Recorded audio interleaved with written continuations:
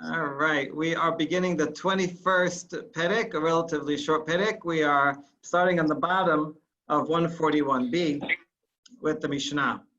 Mishnah has three cases that are similar.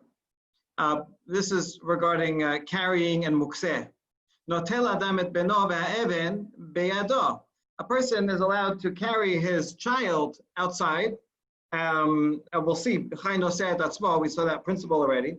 And even though the child is holding a rock, that's okay because the rock is not important, and you're really holding the child. Just indirectly, the child's holding the rock.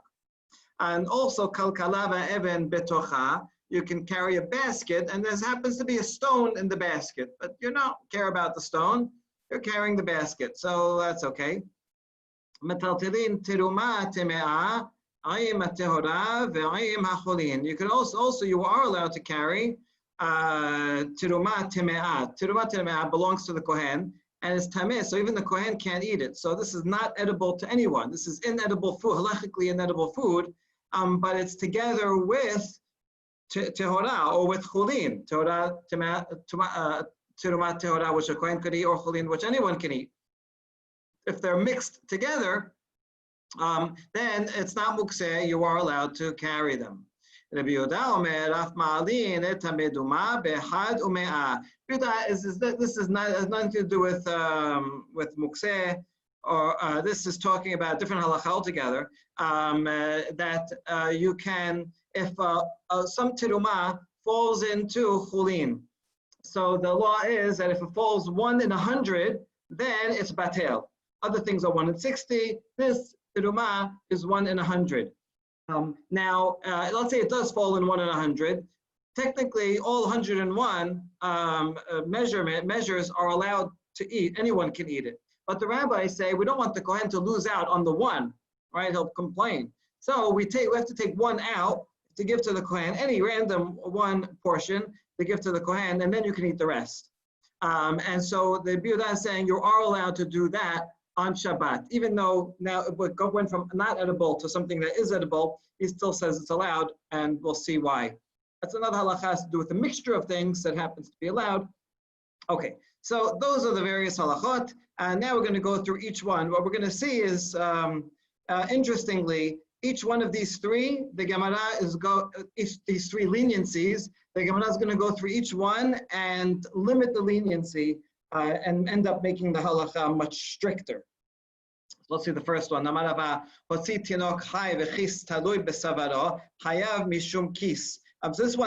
is about carrying.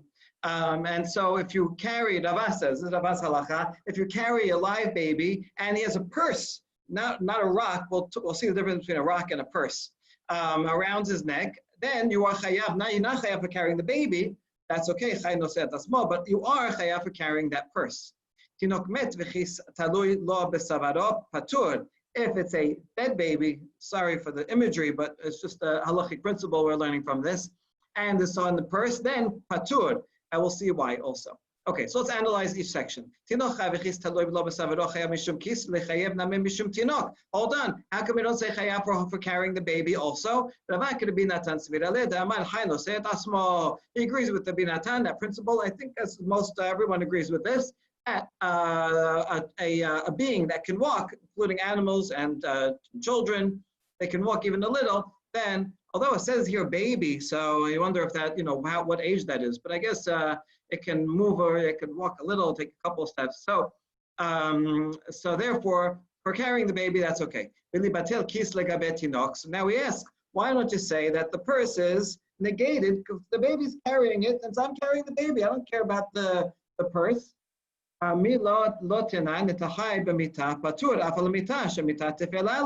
here's an analogy. If I carry a live person in a stretcher, in a bed, I'm carrying the whole bed, I'm carrying it outside, it's patur, because the stretcher is batel to the person, the live person that's on it. I'm allowed to carry the live person, and so the stretcher is not important. Why don't we say the same thing here?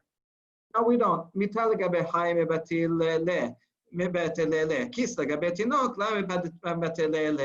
carrying the stretcher, you're only carrying it in order to carry the person more conveniently. However, the purse is a separate item, and it's not helping you in any way. not a basis, it's its own entity. And therefore, you can't carry the baby with the purse. All right, and now the next part of Rava, and then after this we'll connect it to our Mishnah. Tinok met v'chis taloi lo b'savero patur lechem mishum tinok. Wait, why don't you say that the person is chayav for carrying this baby? Avakir bi Shimon sibir aleh damar kol malacha she'en tzarich legufa patur aleha. We met this before, that a person carrying out a corpse is not carrying it out for its own sake, but rather for your sake. And those you're carrying it out because you don't want it there. And the fact that it will be carried out to be buried is good for the dead person, but it doesn't. It's not directly benefiting the person carrying it. And so therefore, it's not a direct benefit. And so this he follows a Bishimon. This is Malacha She'nasricha Legufa. That means it's not according to the defined purpose. And so usually the defined purpose of taking something outside is because I want it to be outside. But if my defined purpose is because I don't want it in my house and I don't really care where it is, then it's patur. So that's why in that case it's patur of al asur. Okay, now we're going to relate it to our Mishnah. Tanan notel adam et beno ve'even biyado. One second. So are we clear why with so it's just different opinions then it's not like one after the other with a live baby, it's okay. The live baby is right. The live baby, you're allowed to carry the live baby.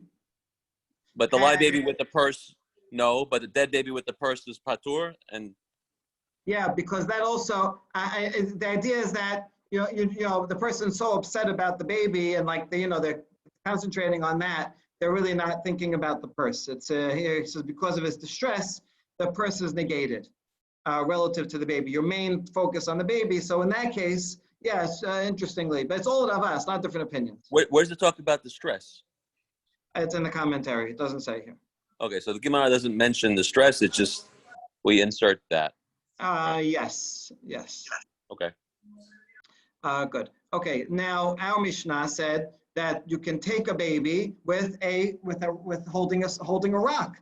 So therefore, that's allowed. So what's the difference between this one here and Rava said it's not allowed with a purse? So we're going to have two answers. The Mishnah is talking about a case where the baby is really misses his father and wants to be picked up and is complaining, and it might be very, very sad and ill if the father doesn't pick it up, and it's holding the rock. So therefore, it's a special leniency in that case. But actually, normally, it wouldn't be able to. So you see how much this is really limiting it. Hold on. Why did the Mishnah choose an example of a stone? Choose the example of why not choose the example of a dinar? And it's particular because Rava said only if it's a rock is allowed. If the baby was holding money, then it would not be allowed. So the difference is, a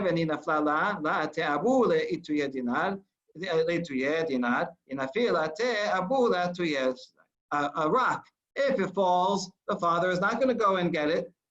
However, a dinar, a money, if it falls, the father is going to go and pick it up. And so that's the problem with the dinar. So in the end, Rava's example regarding a purse is not permitted because the purse is important, and furthermore, you're going to go and pick it up. Our Mishnah, which says you are allowed to carry a baby with a rock, that's because a rock is not important, and if it falls, you won't care about it. In the end, we're accepting both in the halacha that it has to be, you're only allowed to pick up a baby with a rock if the baby misses the father and is crying and is really upset, and it's only a rock and not a purse. And so what you see with those two limitations, the case is very rare.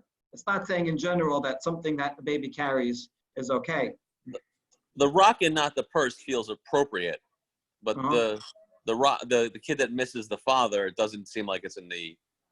It doesn't say that anywhere. No. Right. There's no reason to think that. Right. Rock. He gives an example of rock. It sounds like there's something about a rock that would make it be reasonable. I agree. Okay. Tanya Kivated Rava. We have another baraita that supports Rava's limitation. If I carry clothing, folded clothing, or I carry my shoes, or I carry rings in my hand and not wearing them, chayav, that's carrying, even though it's clothing. If I'm wearing all those things, then that's fine. Everybody, that's obvious. The next line is important. If I'm carrying another person, and that person is wearing clothing and shoes and rings on his fingers, then that's also okay. I'm carrying the person, and the person's wearing all those things. But if I carried the person, and besides the person, I carried his clothing folded and his shoes not on him, then it will be chayav. So you see that carrying to carry a person the person himself has to be wearing things, and carrying a person who is carrying things is considered carrying. And so that now the analogy to that is a baby carrying a purse. Something important is not allowed. So basically, it's never allowed to carry a person who's carrying something, except in this one case of a rock and the baby is crying for the father. Okay, I like how the baby's crying for the father, not the mother. Okay, kalkala ve'even betocha ve'amai. Okay, the next case was the basket with the stone inside, and so you're allowed to carry it. So anything that's a basis for something that is prohibited, a mukseh item, I should not be allowed to carry. Interesting. The first case was talking about carrying outside. This one's talking about mukseh. Okay, so it should not be allowed. So because I'm carrying the rock. So what? It's in the basket, but still the basket is only there as a basis for the rock. Oh, you misunderstood. The case is talking about a basket with a rock and with fruit in it. So therefore, it's a basis for something that's asur and something that's mutar. So that's why I'm allowed to carry it, because the rock is not important to me. Hold on. Is that makes sense that this will kimta? I guess it makes sense. I mean, why are you carrying a basket, an empty basket, just a rock? Or would you be carrying an empty basket with just a rock? So I think this is reasonable. Okay, but still the Gemara is not happy. Why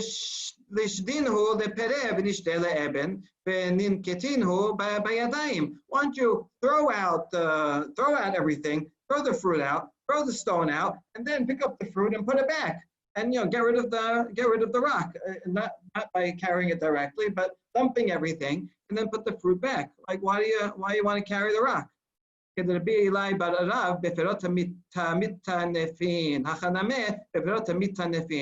Oh, we're following what Rabbi Elai about. He said this in a different case. We're going to apply it in this case. Maybe it could be talking about, well, it must be talking about fruit that will become easily soiled. And if I throw it all out, the fruit will ruin. So that's why I can't throw it out. I got to keep it in the basket. And so that's the Mishnah is saying. But if in fact, if it was something else, then I would have to dump everything out. Wait, hold on, still not happy. Why don't you shake around the basket till the rock falls out, right? Just turn it around and don't let the fruit out, but the rock is smaller, let it get out. We're talking about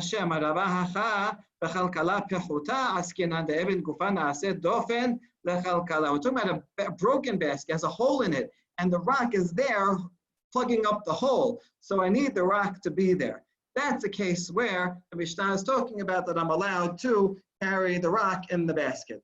So what you see again is we're limiting the Mishnah's leniency to a very, very specific case where we need the rock inside and there's also good fruit in it and I can't dump out the fruit and the rock has to plug up the hole. In that case, I could leave the rock there. But in any other case, I would have to do whatever I can to indirectly dump the rock. Okay, so basically, Gemara does not like the leniency that you might think the Mishnah is saying in a plain reading. Metaltalin teruma. Okay, and finally, you can carry teruma teme'ah, which is inedible, together with edible food. Rav Chisda lo shanu ela shetorah lemata utme'ah lemala. Aval teorah lemala utme'ah lemata shakel leteorah v'shabek leteme'ah. Here we're talking about mukseh, and so now Rav Chisda is limiting it and says this is only when the food that can be in is underneath and the teme'ah is on top. So there's no way to get to the bottom, the one on the bottom, you got to carry the whole thing. But if it's the other way around, if the edible food is on top, then take the edible food and just take that wherever you need, put it on the table to eat, and leave the rest. So no, you cannot carry everything together. Hold on. Same question as before. Even if the edible food is on the bottom, why don't you say dump everything out and then you'll take the good food? And we're talking about where it's fruit that will be easily become soiled, and if you dump everything out on the ground, it won't be edible anymore, so that's not good. All right, so only in that case. We have an objection. Okay, we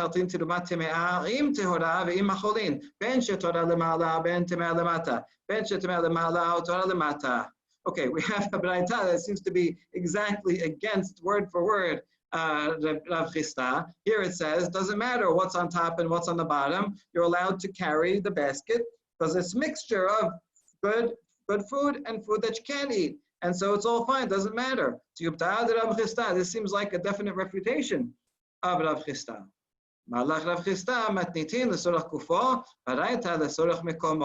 No, he's sticking to his guns and he's making a separation, between difference between the two cases. The Mishnah, which he said, he limited and said you can only, only if it's on top. That was sorach kufa. That's when I want the fruit itself.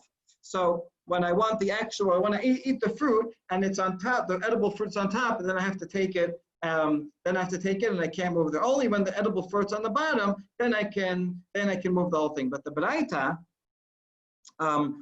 which is more lenient, that's talking about where the basket is on the chair, and I want to sit on the chair. So in that case, it won't help to leave the basket in place and just dump it out, right? That's not going to be good because then the fruit's still on the chair. So it's more lenient because I need the space. And since I need the space, it doesn't matter which fruit is on top and which is on the bottom. And so therefore, it's true for Sod Mekomo, you can move it anyway, but if it's about eating the fruit, then the limitation still applies that he gave to the Mishnah. We ask, what is pushing Rav Chisda to limit the Mishnah to the Sorech Kufa? Why not say that the Mishnah is also talking about Sorech Mekomo, just like the Baraita? And so if I need the space, I want to sit on the chair where the basket is, I'm allowed to move it. That's what the Baraita was talking about. Say the Mishnah is talking about the same thing. It says, Mishnah just says you can move it. It doesn't say what's on top and what's on bottom. Right? So isn't it easier to say that they're both talking about Sorech Mekomo? So there is a reason why he's saying this in the Mishnah, because of the next Mishnah, the Katani Sefa, the next Mishnah we're going to see today. If you have money on a mattress, you can shake we'll see what you want to do. You can shake it off and the money will fall. This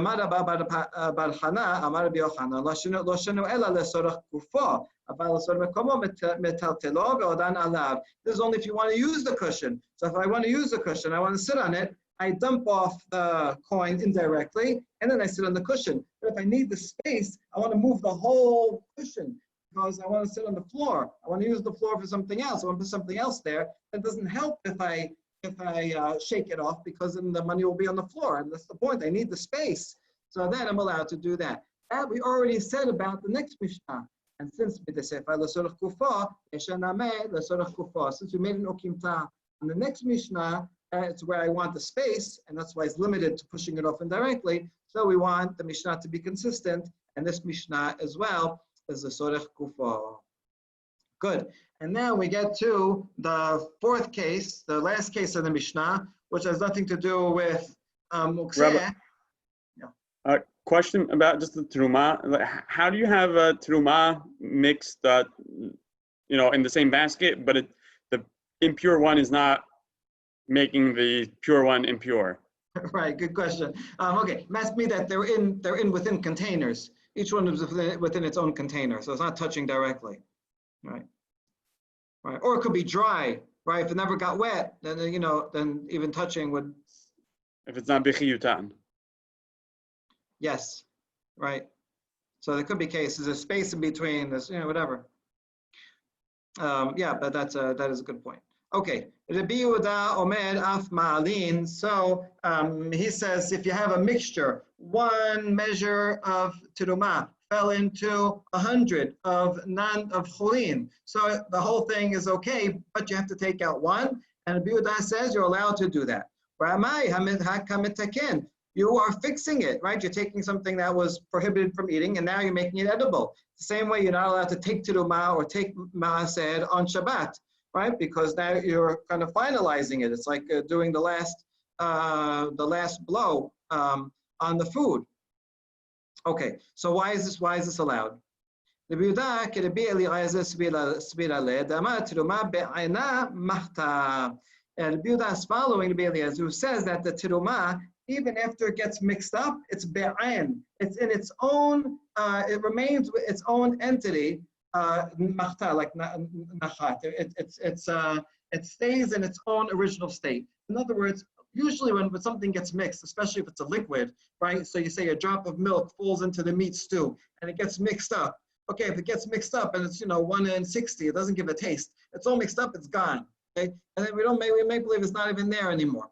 However, when something's like this, which is grain, dry, and so the question is, does it get mixed up and now it's all one altogether? And if that was the case, then when I separate one, I'm really separating something and making it allowed, and that would be the problem. So that's what their usual assumption would be. Rabbi Yehuda is following Eliezer, who thinks that one terumah that fell in doesn't actually get mixed up. It remains its own entity.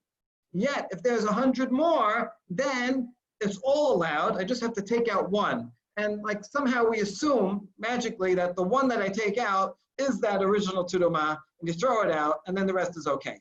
And so since it's already separated, I'm not separating it. It's like it's pre-separated. That's the idea. Okay, we're going to see that Rabbi Eliezer doesn't actually think this, but we're going to try it a couple of times. So that's the concept that we're getting at. Ditnan, se'at terumah shenafla lepachot mimea nidme'u, v'nafal min hamidumah lemakom acher. So the case is where I have one se'ah of terumah fell into 90 se'ah. So it gets mixed up, but it's all asud because it's not 100. And then one se'ah from that mixture of 90 falls into another 50, right? So now the second mixture is way more than 1 in 100. Well, what happens? What's the law? Rabbi Eliezer Omer, medamat kitrumat vadai. He says that the se'ah from the original mixture still remains its own thing. In other words, we assume that one that I took out of the 90 and I fell into the 50 was the one that was pure terumah. And so when it goes into the next 50, it's still, the whole 50 is not allowed. Okay. So in other words, it doesn't get mixed up in batel, but we have to worry that it will go into the next piece. So therefore, you see that one is always separate by itself. Now you're probably thinking already, Chachamim say, you look at the whole entirety. There was 90, and now there's another 50. That's 140 altogether. So now it's definitely mixed up. So they say it does get mixed up, but Rabbi Eliezer didn't. Now hold on, we say that's not a necessary understanding of Rabbi Eliezer. He's only saying this to be mahmir. He's saying maybe that one of the 90 that came out was the original terumah and it fell into the rest. He's saying that lichumra, but here we're saying it likula, that we're saying the 100 went into 100 and I took out one. Well, then would you say? Do you assume for sure that one was the one that was terumah and therefore the rest is okay? He's being mahmir and saying that everything is asur. Not our case. We're taking out one and making the rest permitted. So he's not saying it likula. Therefore, he's not following Rabbi Eliezer. Ela hu damar k'Rabbi Shimon. Rabbi Yehuda in our Mishnah that says you're allowed to remove one. Right, we're still looking for someone who says it doesn't get all mixed up, but it remains its own entity. Maybe Rabbi Shimon says this in the next case, a different case. What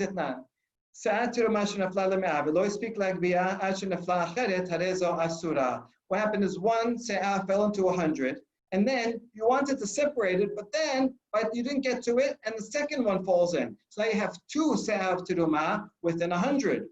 Rabbi Shimon matir. And Harez Asura. The first opinion says it's not allowed because we consider it as if now there's 2 in 100, right? And we consider as if they both fell in at the same time. And so it's all mixed up and it's not allowed. The Bishimon says it is allowed. So why does the Bishimon say it's allowed? Maybe because he thinks that the first one falls in and it doesn't get mixed up. And so then when the second one falls in, and that also remains separate, and each one is separately batel in the 100, right? But they remain separate entities, and therefore that's why the Biuda says you can take it out because it's always a separate entity. I'm not really separating it on Shabbat. It was separated before. And really the rest was always chulin. Okay, so that's what we tried. Maybe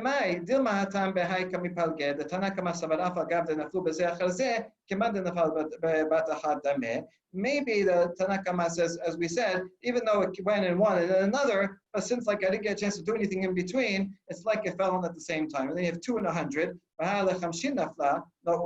which is 1 in 50, and that's not enough. Each one is only 1 in 50 and 1 in 50. Whereas Bishimon says the first one falls in, that's 1 in 100, and it gets mixed in. And now everything is allowed, and now I have 101 of permitted food. And the next one falls in, and then that's another 1 in 101, and that gets batil. And theoretically, you go on forever, right? And you have another one, maybe 1,000 fall in, but each one is permitted and permitted and permitted. Okay, that's a different subject, whether it ever like revives back to its original isur. But maybe that's why he says it's allowed, and not because it remains a separate entity. So forget that. Ella hu de'amar ke'Rabbi Shimon ben Elazar. Biuda is following a different opinion for a different reason. The Tanya, Rabbi Shimon ben Elazar omer noten einav besad zeh ve'ochel misad acher. Rabbi Shimon ben Elazar says in general, when you want, or in this case rather, when you want to separate that one se'ah to give to the kohen, you don't have to do it physically. I can just look at it and say, the one all the way on the corner there, that's that'll be for the kohen. And then the rest is permitted. So since I don't have to actually physically remove it, I could just do it in my mind. Therefore, the Biuda says, since I could do it in my mind, I don't have to do it physically. Therefore, if I do it physically, it's already separated. I'm not really changing anything by physically separating it. And I'm allowed to do it in my mind. So that's why he says that. We will ask challenge to that. Does he really agree? An explicit source that says he disagrees with Tanya. Rabbi Shimon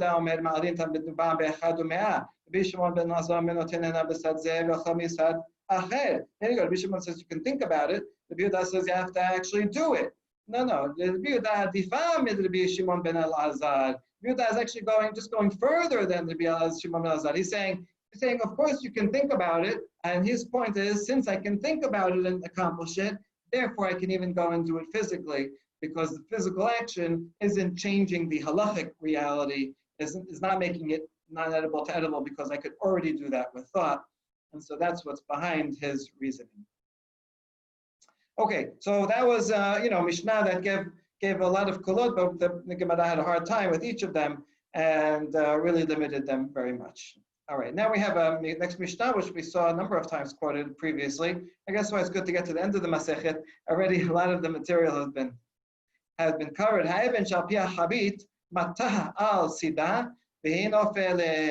Okay, I have some wine, a barrel of wine, and there's a stone on top, but the stone is mukseh. But I want to take the wine and I want to I want to take the barrel and pour from it. So use it, so I can't take the rock off directly, right? Because mukseh. But I can lean it over, and indirectly the rock will fall on its own.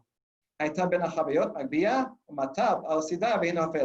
barrel that I want is among the other barrels and there's no room to move it over, or if I move it, it's going to break something, then I can lift the whole thing with the rock on it. I mean, it's mostly mutar, so it's okay. And even though something is not allowed on it, and then I take it to the side, and then I tip it over, and the rock will fall, and that's also okay. Ma'ot shalakad is Mishnah we mentioned just now. If there's money on a cushion, you just shake it off, and it'll go by itself. If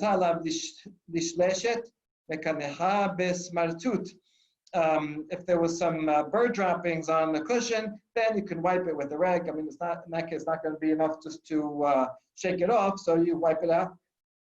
Excuse me. If it's made out of leather, and there's no problem of that, you might wash leather. It's made out of cloth. You can't put water on it because then you're washing. If it's out of leather and smooth, then you just pour water on it until the droppings go away and it's clean. So again, you're pushing it off from the side, not directly. Regarding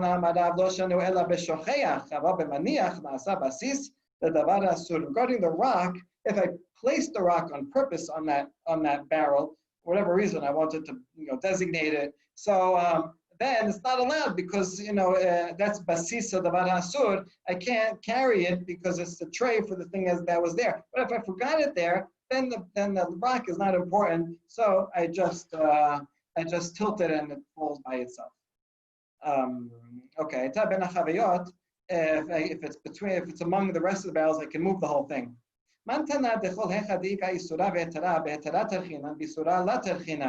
Whose opinion are we following? That when I have something that's not allowed and something that is allowed, I have to only handle the stuff that is allowed and not the stuff that's not allowed. See, because in this case, it really would be much easier to take off the rock. It would be much less work, right? But still I have to go and lift the whole thing with it because I can only touch directly the stuff that is allowed. Whose opinion does this follow? We answer, it's the opinion of Rabbi Shimon, Rabban Shimon ben Gamliel. In the case of borer, it's not borer kitnit b'yom tov. Yom tov, and I'm eating beans, and I'm separating the outside from the inside. Bet Shammai says I can only take the beans that are edible and one at a time and eat them. Right? Only take the good and eat them one at a time. Bet Hillel says you do it the regular way, however you want to do it. You want to take off the waste, the outsides, with a vessel, or put them in your lap, and then leave the good food. That's fine. Whatever is easier. Betanya. Amar Rabban Shimon ben Gamliel. When do we have this machloket? In other words, when does Bet Hillel give this heter? Only when there's more food than garbage. And so since there's more food than garbage, it's a lot easier to stick away a little bit of garbage and then have the food there. However,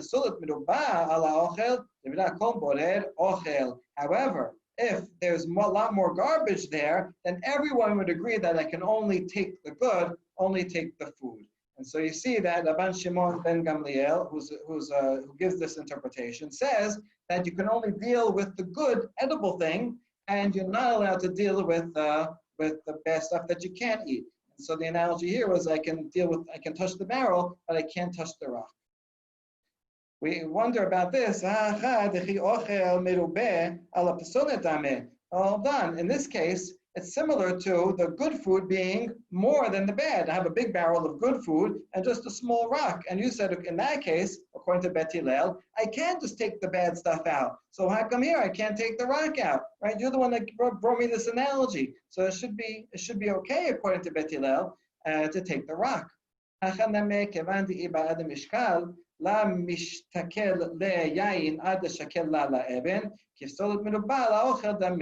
Oh, in this case, it's just not about how much there is, but the point is that if I want to take the wine, I can't. The stone is in the way, and so I can't take it. So since the stone is blocking my way to the good food, it's as if there's more, right? Because it's so important, and so it's more similar to the case of when there's more pisolet, and that's why we made the analogy. All right. Now, Haita ben achaviyot magbiya, right? We just said that you can lift the whole thing if you need to move it somewhere else. Rabbi Braita explains this more fully. Tanya Rabbi Yosef Omer, Haita chabit munachat ba'osad.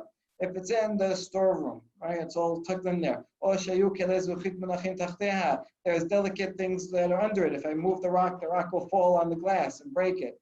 Magbiya makom macher umataha. Then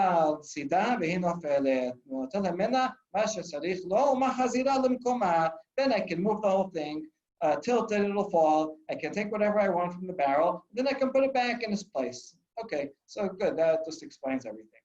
Now, The next case, Ma'od halakar. We have money that was on the cushion. Amar Reb Chia bar Asher, Amar Rav, lo shenu ela b'shocheach, aber maniach nasa basis hadavar ha'asur. This is only if I forgot the money there before Shabbat. And so there, it's there. I want to sleep. Okay, just push it off.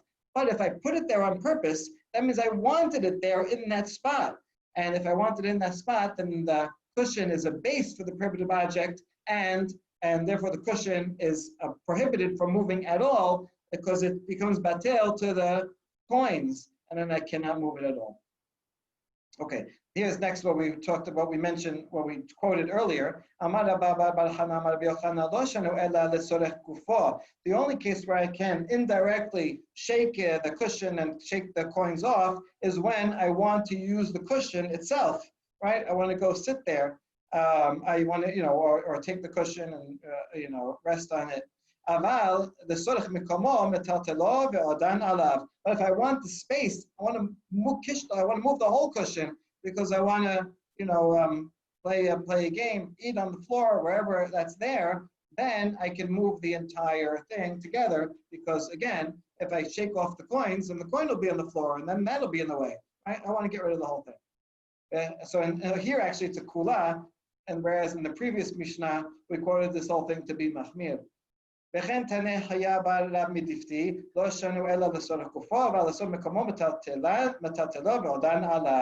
have another statement that says this, that backs it up and says the same thing. All right, now we have a few cases of rabbis that actually did things like this, that you can shake it off.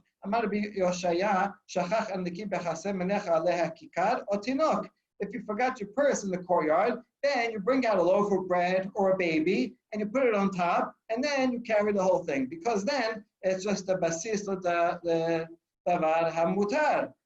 So you're using it indirectly to carry something that you're allowed. Okay. Same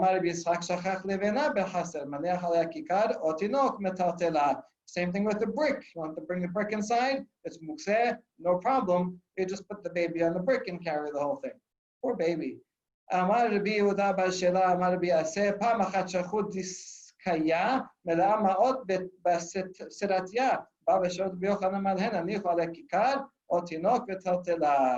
time they forgot a whole saddlebag of coins out there, and they're afraid they're going to get stolen. So they put the baby on it. Well, that's a saddlebag, so that's all right. And they carried the whole thing to safety. Good. So we have three different cases, but not everybody agrees. That says he agrees. Halacha is like all these cases, but notice each one is when you forgot. It's only when you forgot the thing, so you can do this b'di'avad. You can't use this trick on purpose to move things that you place there on purpose. Even if you forgot, you can't do it. The only time you can use this subterfuge or this loophole is when for a corpse. Someone dies out in the sun and it's not good. You gotta bring it into the shade. So then this is really poor baby. You gotta put the baby on top, or a loaf of bread, and then you carry the body to a safer place. Only in that case it is allowed because it's a great need, and this person probably died on Shabbat, so there's no way to plan for it before. But he doesn't want people using this loophole in other cases. All right, let's see some real stories of rabbis that did use this loophole. Okay, nice play on words there. You don't have to be a baby or a bread. It could be anything. He would put a spoon on a bundle of produce, and that way he could move it. He would put a knife on a dove, a dead one, and move it. Rav Yosef, Rav Yosef, who was older than them, says, "Oh, how sharp are the halacha of these children." In other words, he's making fun of them. He's disagreeing with them. He's saying you're using this loophole in all kinds of ridiculous cases, and it doesn't apply. It's only if you forgot it, and now you're doing all these things on purpose, that you're putting in one place and then using this loophole to moving things to another place. You shouldn't be allowed to do this. Abaye and Ava both defend themselves. Abaye says, "Ilav de adam chashuvana kapak kepe lamali hachazul mizga alayu." The truth is, I could move the bundles of produce on their own. They're not really mukseh, but because I'm an important person, I want to be above suspicion. So I put the spoon on it as an extra chumrah to show, even if you might think that I didn't have the bundles in mind, it's no problem. But that's why I did it. But otherwise, you're right. Only if you forgot it, can use this loophole.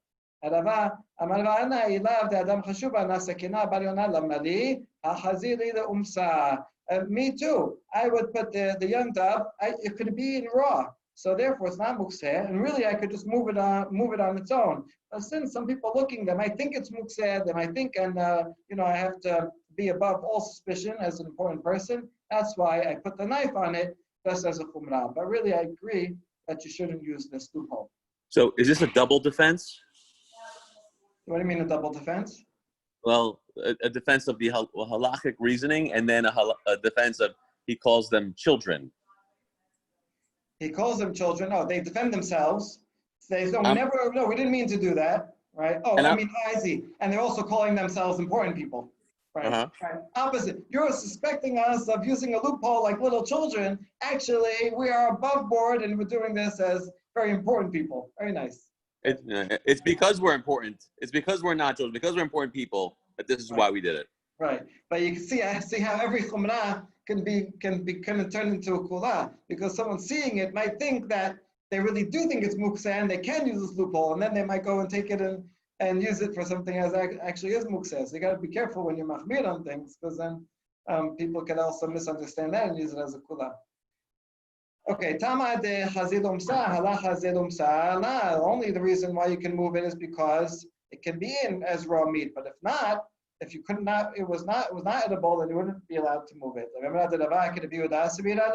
So does Rava agree with Rabbi Yehuda that you cannot move food on Shabbat unless it was designated for human consumption? We have another story.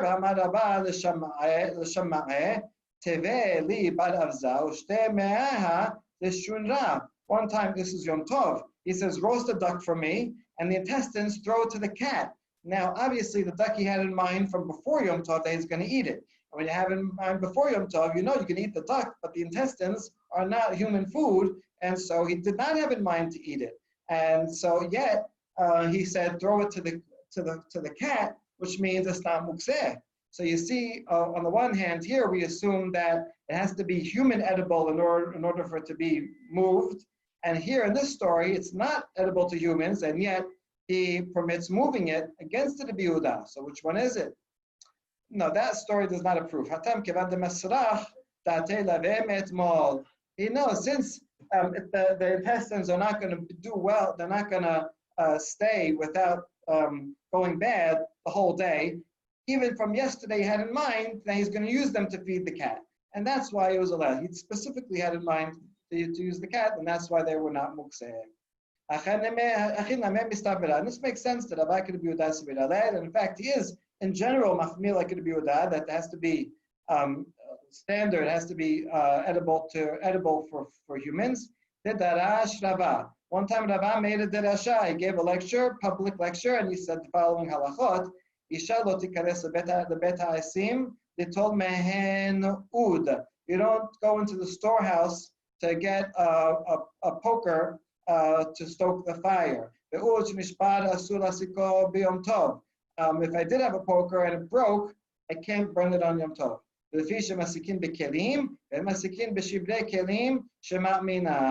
words, if I want to feed a fire, which I'm allowed to feed a fire in Yom Tov, I can only use things that are utensils, because if it's a utensil, it's not mukseh. I had in mind to use it for whatever, so I can throw it into the fire. But if it's something that was a broken utensil, I didn't have in mind to use it for anything, and therefore it's not mukseh. And this follows Rabbi Yehuda, who is in general machmir on the laws of mukseh. And so Shema Mina Rava agrees with the Rabbi Yehuda.